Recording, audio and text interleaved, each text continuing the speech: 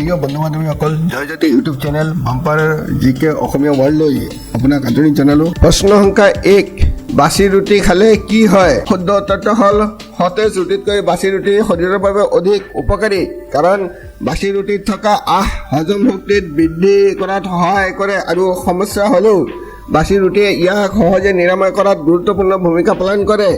ইয়াৰ উপৰিও বাছি ৰুটিয়ে কলন কেঞ্চাৰ প্ৰতিৰোধ কৰিব পাৰে। প্ৰশ্ন সংখ্যা 2, কোনখন দেশৰ মানুহে পৃথিৱীৰ প্ৰথম মানচিত্ৰ অংকন কৰিছিল? শুদ্ধ উত্তৰটো হ'ল গ্ৰীচৰ মানুহে পৃথিৱীৰ প্ৰথম মানচিত্ৰ অংকন কৰিছিল। প্ৰশ্ন সংখ্যা 3, প্ৰতিদিনে এটা কণী খালে কি হয়? অনুগ্ৰহ কৰি চেনেলটো ছাবস্ক্ৰাইব কৰি বেল আইকনটো অন কৰি ৰাখিব, যাতে মোৰ নতুন নতুন ভিডিঅ'বোৰ তৎক্ষণাত পাব পাৰে। ভিডিঅ'টো লাইক আৰু শ্বেয়াৰ কৰিবলৈ নাপাহৰিব। শুদ্ধ উত্তৰটো হ'ল বন্ধুসকল, দৈনিক কণী খালে উচ্চ ঘনত্বৰ লাইপ'প্ৰটিন HDL বৃদ্ধি পাব, যাক ভাল কলেষ্ট্ৰল বুলি কোৱা হয়, যিয়ে শৰীৰৰ হৃদৰোগ, ষ্ট্ৰক আৰু অন্যান্য স্বাস্থ্যজনিত সমস্যাৰ সম্ভাৱনা কম কৰে।